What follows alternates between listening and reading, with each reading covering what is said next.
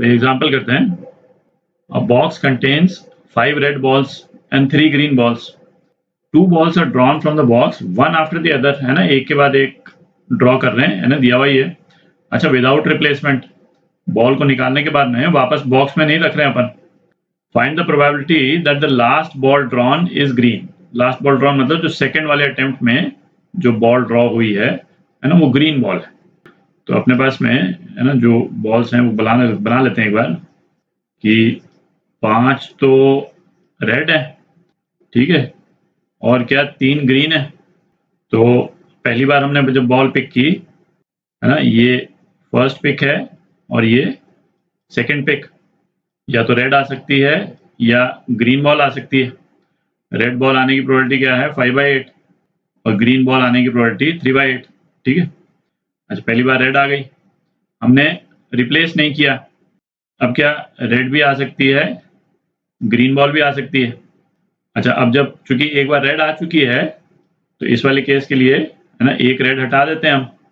ऊपर वाली ब्रांच को अपन देख रहे हैं, तो ये दोबारा रेड आने की प्रोबेबिलिटी क्या हो जाएगी, 4/7, और ग्रीन आने की प्रोबेबिलिटी क्या हो गई, 3/7, ठीक है।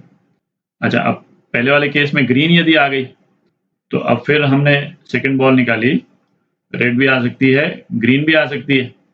तो इस वाले केस में चूंकि ग्रीन हम एक बार ड्रॉ कर चुके हैं, तो ग्रीन बॉल को हटा देते हैं। अच्छा, और ये वाला जो मैंने क्रॉस किया है, इसको हटा देता हूं मैं।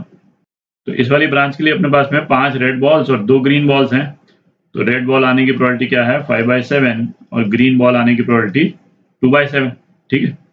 अच्छा, हमको कौन से वाले ब्रांच में इंटरेस्ट है, हमको इस वाली ब्रांच में इंटरेस्ट है बेसिकली, है ना, ग्रीन लाना है ना। और इस वाले केस में इस वाली ब्रांच में इंटरेस्ट है, क्योंकि ग्रीन लाना है ना, फाइनल बॉल जो है ग्रीन आनी चाहिए। तो इस वाले ब्रांच के अकरेंस की प्रोबेबिलिटी क्या हो जाएगी, 15/56, और इस वाले ब्रांच के अकरेंस की प्रोबेबिलिटी क्या हो गई, 6/56। तो probability that last ball drawn is green, ये क्या हो जाएगा, इन दोनों का सम हो जाएगा, 21/56। तो ये आपका आंसर। तो ये वाला एग्जांपल करते हैं। A and B play a game of rolling of dice. A win is defined when a player gets 5 और a 6, है ना, दोनों में से कोई भी जना यदि 5 या 6 ले आए डाइस में, तो वो जीत जाएगा। तो प्रोबेबिलिटी ऑफ विन लिख लेते हैं, है ना। विन होने की प्रोबेबिलिटी जो है वो क्या है, 1/3 है। और जो लूज करने की प्रोबेबिलिटी, मतलब जब डाइस को रोल किया तो क्या हो गई, 2/3, है ना। जो विन नहीं किया तो लूज कर गया।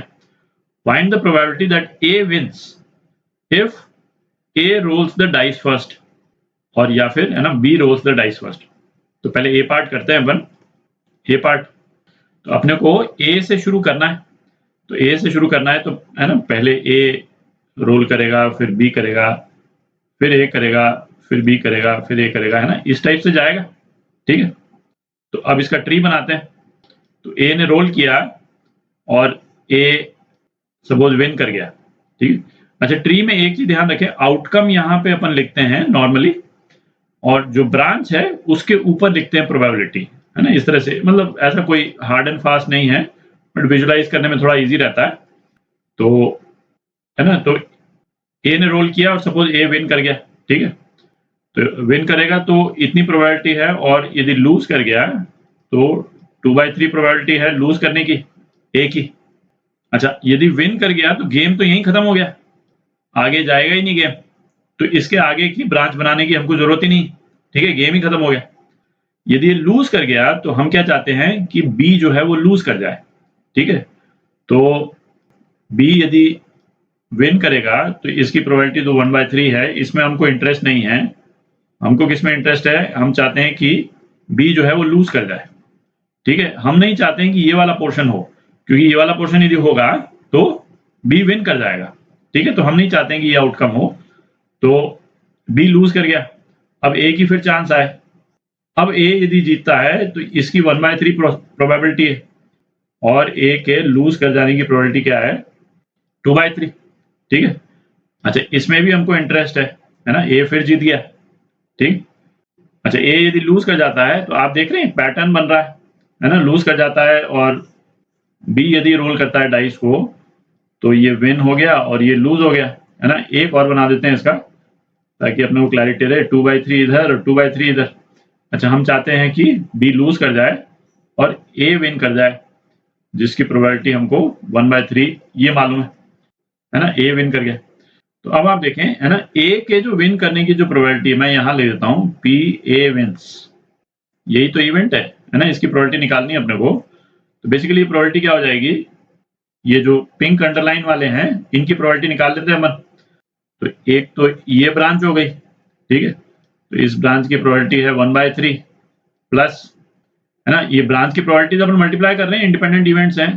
तो है ना, दूसरी ब्रांच में किस में अपने को इंटरेस्ट है, ये वाली ब्रांच हो जाए, है ना, इसमें विन कर रहा है।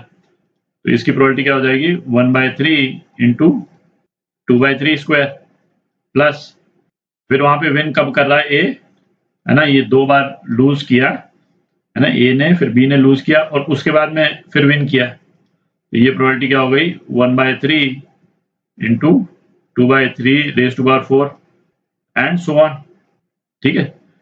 तो इसमें अपन 1/3 कॉमन ले लें, तो ये बेसिकली क्या हो गया, 1 प्लस 2/3 स्क्वायर, है ना, ये जीपी हो गया, जिसमें जो कॉमन रेशियो है वो 1 से कम है, ठीक है। तो इसकी प्रोबेबिलिटी क्या हो जाएगी, यहाँ लिख लेता हूँ मैं, ये 1/3 1/1 माइनस आर। तो आर इस केस में क्या है, 2/3 होल स्क्वायर, तो 4/9, ठीक है। तो ये कितना हो जाएगा, ये 3/5 हो जाएगा, ठीक है। 3/5 किसकी प्रोबेबिलिटी है, ए विंस, ठीक। ये तो ए पार्ट का आंसर हो गया। अब बी पार्ट देखते हैं, है ना, बड़ा इंटरेस्टिंग है। बी यदि रोल करेगा पहले तो प्रोबेबिलिटी जो है ना, वो चेंज हो जाएगी। बी पार्ट करते हैं, तो अब बी पार्ट करते हैं। तो अब क्या है, हम बी से शुरू कर रहे हैं, है ना। बी ने रोल किया, फिर ए ने किया, फिर बी ने, फिर ए ने, फिर बी ने, फिर ए ने, है ना। देखते हैं अपने को पैटर्न जो है वो जिस भी स्टेज में मिल जाएगा वहीं पर रोक देंगे अपन। तो बी यदि विन करता है और या फिर लूज करेगा, विन करने की प्रोबेबिलिटी 1/3 है, लूज करने की प्रोबेबिलिटी 2/3। इसमें तो हमको इंटरेस्ट है नहीं, हम तो चाहते हैं बी लूज करे और फिर उसके बाद में ए विन कर जाए। ए विन कर गया और हो सकता है लूज भी कर जाए, है ना, और ये लूज कर गया। तो एक तो इसमें हमको इंटरेस्ट है कि ए विन कर गया, ठीक है। अच्छा, ये लूज करता है तो हम चाहते हैं कि बी जो है विन ना करे, लूज ही कर जाए, ठीक है। बाकी ए बी के विन करने की वो ब्रांच मैं नहीं बना रहा हूँ। तो बी ने लूज कर दिया, उसके बाद में हम चाह रहे हैं कि ए विन कर जाए, ठीक है। इसमें हमको इंटरेस्ट है। और यदि ये नहीं होता है, यदि सपोज ये लूज कर जाता है, ये यहाँ पे 2/3 ले लेते हैं, तो हम चाहते हैं बी फिर वापस लूज कर जाए, है ना। ये लूज कर गया और उसके बाद में हम चाहते हैं कि फिर ए जो है विन कर जाए, ठीक है। इसमें हमको इंटरेस्ट है। तो कौन कौन सी ब्रांच में हमको इंटरेस्ट हो गया, एक तो इस वाली ब्रांच में इंटरेस्ट हो गया, एक, है ना, इस वाली ब्रांच में इंटरेस्ट हो गया और एक इस ब्रांच में इंटरेस्ट हो गया, ठीक है।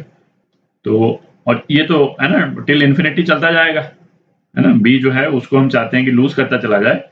तो प्रोबेबिलिटी अगेन, है ना, ए विंस की प्रोबेबिलिटी निकाल रहे हैं अपन। तो इस वाले केस में क्या हो जाएगा, है ना, 1/3 इंटू 2/3, है ना, ये तो पहला हो गया, प्लस 1/3 इंटू 2/3 क्यूब, ठीक है, plus 1/3 into 2/3 raise to power 5। आप देख रहे हैं अपना जो सीरीज आ रही है, इन्फिनिट सीरीज डिफरेंट हो गई। तो इस केस में भी हालांकि कॉमन रेशियो जो है वो यही है। तो ये कितना हो जाएगा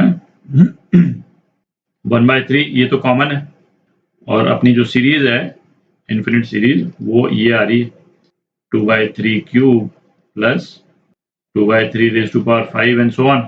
तो ये क्या हो गया, 1/3 a upon 1 minus r, 2/3 upon 1 minus r. R कितना है, 2/3 स्क्वायर है, तो 4/9। तो ये कितना हो जाएगा, तो ये कितना हो गया, ये आ जाएगा, ये 2/5 आ जाएगा।